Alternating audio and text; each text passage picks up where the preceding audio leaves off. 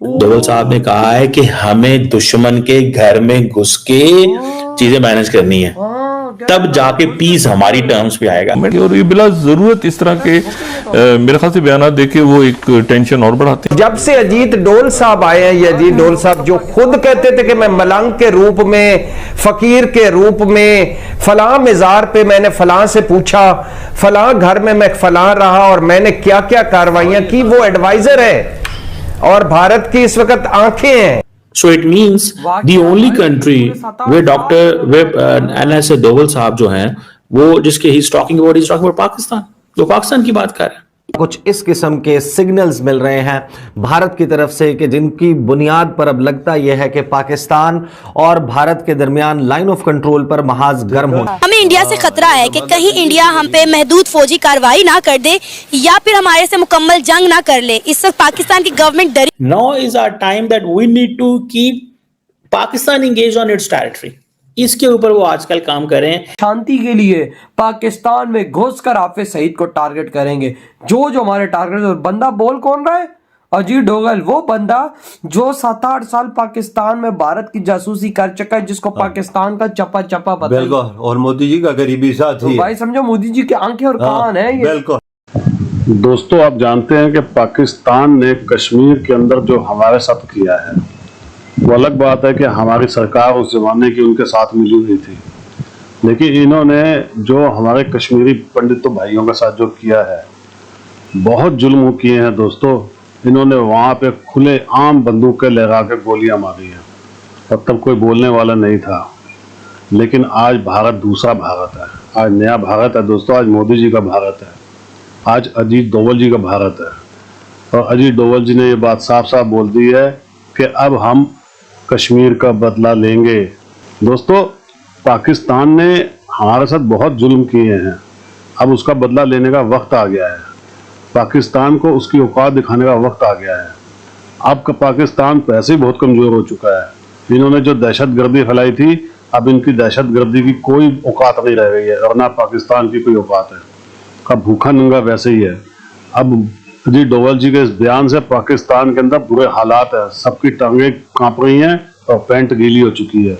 आप भी दोस्तों कमेंट्स कीजिएगा, वीडियो को लाइक कीजिएगा और चैनल को प्लीज सब्सक्राइब जरूर कीजिएगा।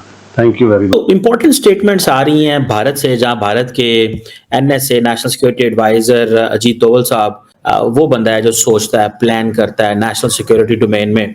और पर्टिकुलरली ये जो अमेरिका और कनाडा के साथ इनके जो मसले बने हैं उसमें वो कह रहे हैं जी अमित शाह ने ये कहा है। Amit Shah might have said that, लेकिन the man who is behind all this thing is मेरी असेसमेंट में डोवल साहब है।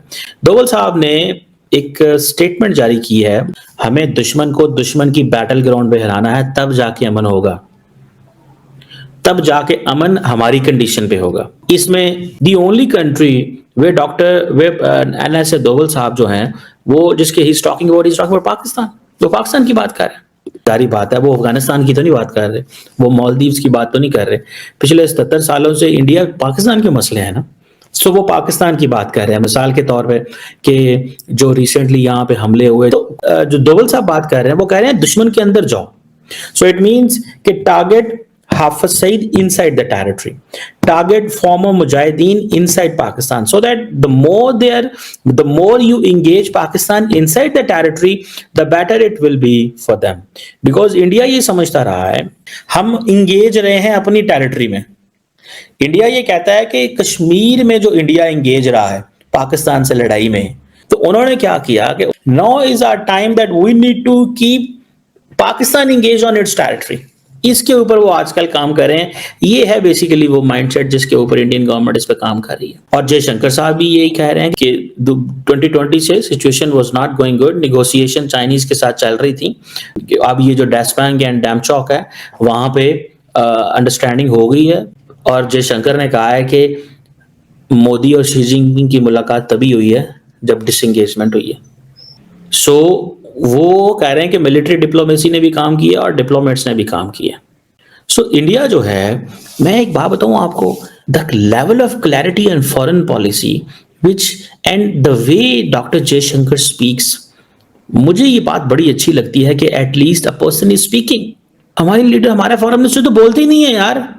आज वो कनाडा को भी टारगेट कर रहे हैं दोबारा। वो कहते हैं जी हम रिजेक्ट करते हैं जिस तरह कैनेडियंस ने हमें हमारे हाई कमिश्नर को टारगेट किया।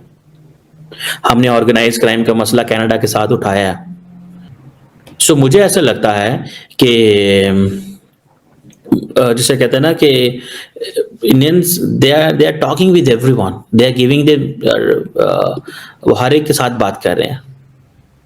लेकिन मैं फिक्स हूं इस वक्त इस सिचुएशन पोजीशन के ऊपर जो दोवल साहब ने कहा, वो कहते हैं। और दूसरा वो कह रहे हैं कि अपने आप को अवेलेबल रखें फॉर दिस थिंग के इंडिया के जो खिलाफ प्रोपेगेंडा होता है। So basically this is an ideological battle we should be prepared for. शांति के लिए पाकिस्तान में घुसकर हाफिज सईद को टारगेट करेंगे। जो हमारे टारगेट, और बंदा बोल कौन रहा है?